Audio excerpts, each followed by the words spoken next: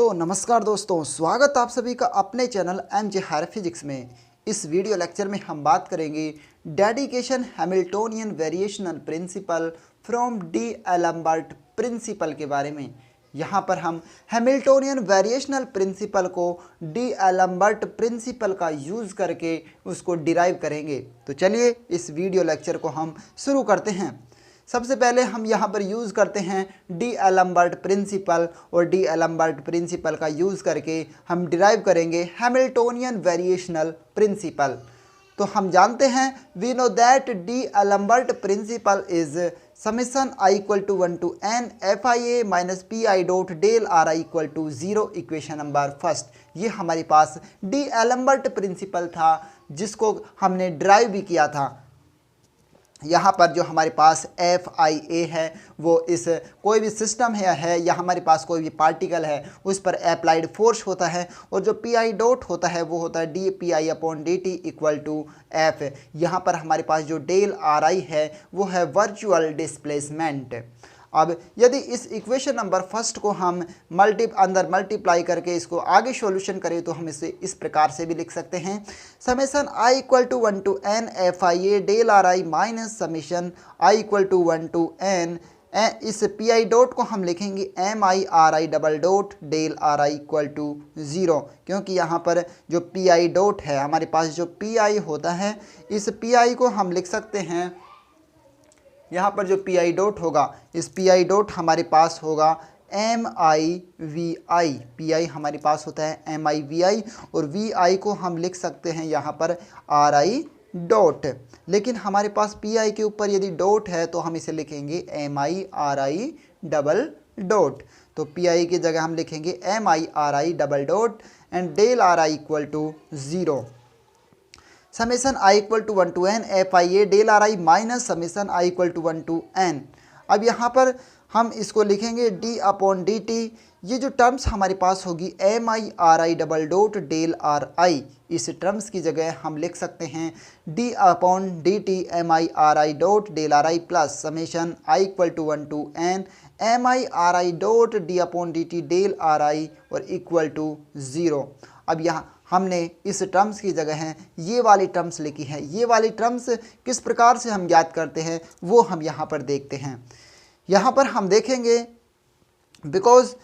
हम जानते हैं कि जो summation D upon D T M I R I dot और डेल आर आई, यदि हम M I R I dot del R I इस टर्म्स का यदि हम टाइम के रेस्पेक्ट में यदि डेरिवेटिव करते हैं तो हमें इसका डेरिवेटिव प्राप्त होता है। हम इसको आर आई डॉट को फर्स्ट और डेल आर आई को यहाँ पर सेकंड फंक्शन मानकर इस कंप्लीट फंक्शन का यहाँ पर हम टाइम के रेस्पेक्ट में डेरिवेटिव करते हैं, तो इसका डेरिवेटिव हमें प्राप्त होगा summation I M I R I double dot del R I. सबसे पहले हम आर आई का डेरिवेटिव करेंगे तो R I double dot del R I, और फिर हम डेल आर आई का करेंगे summation M I R I dot as it is, और फिर हम करेंगे डेल आर आई का derivative D upon D T into del R I. Then यहाँ से हम M I R I double dot del R I की value find कर सकते हैं, क्योंकि हमें यहाँ पर इस इक्वेशन में M I R I double dot del R I की वैल्यू यहाँ पर चाहिए। इसलिए हम यहाँ से ज्ञात करेंगे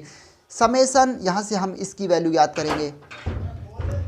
हमारे पास जो summation M I R I double dot del R I की जो वैल्यू प्राप्त होगी वो हमें ये प्राप्त होगी। यहाँ से हम M I R I double dot del R I की वैल्यू ज्ञात करने के लिए इस वाली टर्म्स को उधर भेजते हैं और हमारे पास इसकी वैल्यू प्राप्त होती है summation I D upon D T M I R I dot del R I minus summation M I R I dot D upon D T del R I. ये जो वैल्यू हमारे पास प्राप्त हुई summation M I R I double dot del R I की value, ये value हम इस इक्वेशन नंबर फर्स्ट ए में पुट कर देंगे। यहाँ पर हम ये वैल्यू पुट कर देते हैं। देन हमारे पास इक्वेशन प्राप्त होती है summation I equal to 1 to n D upon D T M I R I dot del R I equal to summation I equal to 1 to n M I R I dot D upon D T del R I plus summation I equal to 1 to n F I A del R I. ये equation हमें प्राप्त होती हैं। अब यहाँ पर हम इस इक्वेशन का दोनों तरफ बोथ साइड हम यहाँ पर टाइम के रेस्पेक्ट में डेरिवेटिव करते हैं, टाइम के रेस्पेक्ट में यहाँ पर हम इंटीग्रेशन करते हैं। तो इंटीग्रेशन करने के बाद में हमारे पास कुछ इस प्रकार से इक्वेशन प्राप्त होगी taking integration on both side with respect to T. यहाँ पर दोनों तरफ हम इंटीग्रेशन लेते हैं इस इक्वेशन का, तो समेसन आई को हम बाहर ले लेंगे। इंटीग्रेशन T1 से T2 D upon D T M I R I double dot del R I D T equal to summation I T1 से T2 M I R I dot D upon D T del R I D T plus summation I T1 से T2 integration F I A del R I D T. Then यहाँ पर इसका यदि integration करेंगे तो इसका integration हमारे पास जो आएगा वो डी टी से डी टी एक तरीके से कैंसिल हो जाएगा और इसका जो इंटीग्रेशन आएगा वो हमारे पास एज इट इज़ ये टर्म्स आ जाएगी। तो summation I M I R I dot del R I limit T1 से T2 इक्वल टू समेशन आई, ये टर्म्स ऐसे कैसे हम लिख देंगे, समेशन आई T1 से T2 M I R I dot D upon D T del R I plus summation I integration T1 से T2 F I del R I into D T हम बाहर ले लेंगे यहाँ पर, क्योंकि इस कंप्लीट टर्म्स का इंटीग्रेशन हमारे पास डी टी के रेस्पेक्ट में है, सॉरी टी के रेस्पेक्ट में है। ये हमें इक्वेशन नंबर 2 प्राप्त होती हैं। अब हम यहाँ पर देखते हैं now coordinates variation at end point of the motion, its mean del r i equal to 0 at end points of the path for every particle। यहाँ पर हम देखेंगे कि जो हमारे पास एक एंड पॉइंट होता है, जैसे कोई पार्टिकल होता है और यदि वो पार्टिकल जैसे इस पॉइंट से लेकर और इस पॉइंट तक यदि मोशन करता है तो ये पॉइंट हमारे पास होता है इनिशियल पॉइंट और ये पॉइंट हमारे पास होता है एंडिंग पॉइंट। तो इन इनिशियल पॉइंट और एंडिंग पॉइंट पर जो यहाँ पर जो वेरिएशन होता है कोऑर्डिनेट्स में, वो वेरिएशन यहाँ पर 0 होता है। जैसे कोई पार्टिकल एक इस पाथ से जाता है और एक इस पाथ से जाता है और इस पार्टिकल से पाथ जाता है, जैसे कोई पार्टिकल इन तीनों पाथों से अलग अलग मोशन करता है, तो यहाँ पर जो इनिशियल पॉइंट होगा और एक फाइनल पॉइंट होगा, इन दोनों पॉइंटों पर, या फिर हम यूँ कह सकते हैं यहाँ पर टाइम T1 है और यहाँ पर टाइम T2 है, तो इन दोनों टाइम्स पर या इन दोनों पॉइंट पर जो वेरिएशन होता है, जो कोऑर्डिनेट्स में जो वेरिएशन होगा वो 0 होता है। यदि वेरिएशन होगा तो यहाँ पर वेरिएशन देखा जाएगा, यहाँ पर कोई अदर पॉइंट पर, लेकिन जो इनिशियल और फाइनल पॉइंट होंगे उन पर कोई भी कोऑर्डिनेट्स में वेरिएशन नहीं होगा, इसलिए del R I equal to हम 0 लेंगे। सो हमारे पास हम देखेंगे कि जो फर्स्ट वाली हमारे पास टर्म्स है summation I M I R I dot del R I T1 से T2, यदि हम इसका इंटीग्रेशन करेंगे तो हमारे पास आएगा, जैसे हमारे पास डेल T1 की टर्म्स भी आएगी और डेल T2 की टर्म्स भी आएगी, तो वहाँ पर इसका जो इंटीग्रेशन होगा,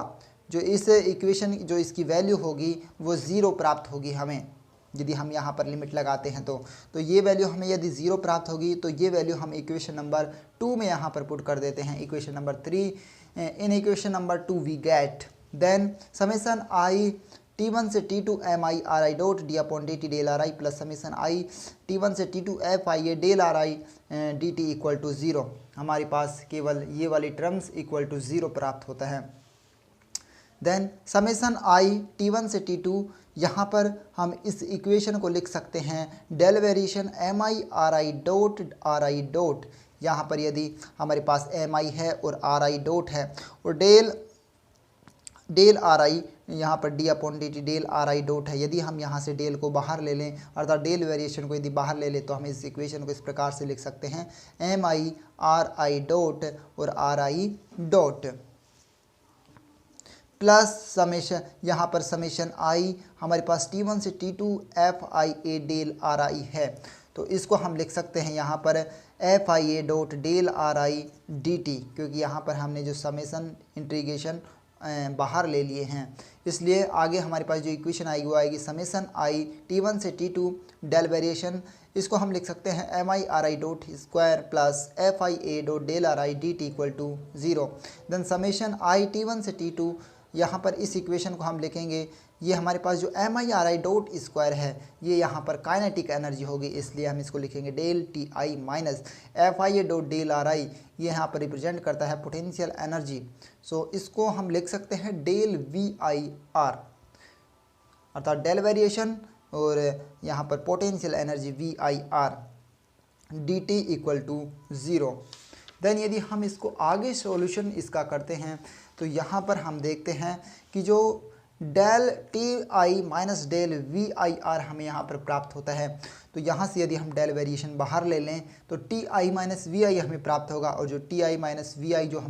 हमारे पास प्राप्त होता है, टी आई माइनस वी आई यहाँ पर लैग्रांजियन को रिप्रेजेंट करता है, क्योंकि हम जानते हैं कि जो लैग्रांजियन होता है वो काइनेटिक एनर्जी टी और पोटेंशियल एनर्जी के डिफरेंस के बराबर होता है, इसलिए इस इक्वेशन को हम लिख सकते हैं इंटीग्रेशन t1 से t2 del L D T equal to 0। यहाँ पर जो F I del R I की वैल्यू होगी वो माइनस वी आर के बराबर होती है, और जो लैग्रांजियन होता है वो L equal to T minus V होता है। तो हमारे पास ये इक्वेशन प्राप्त होती है। और इसको यदि हम डेल वेरिएशन बाहर ले लें तो डेल इंटीग्रेशन t1 से t2 L D T equal to 0, ये इक्वेशन हमें प्राप्त होती है। और ये ही इक्वेशन हमारी हैमिल्टोनियन वेरिएशनल प्रिंसिपल कहलाती है। Above equation known as Hamiltonian variational principle. So thank you guys video देखने के लिए। यदि वीडियो अच्छा लगे तो वीडियो को लाइक ज़रूर कीजिए और साथ ही अपने इस चैनल को सब्सक्राइब कीजिए। धन्यवाद। मिलते हैं नेक्स्ट वीडियो में, तब तक के लिए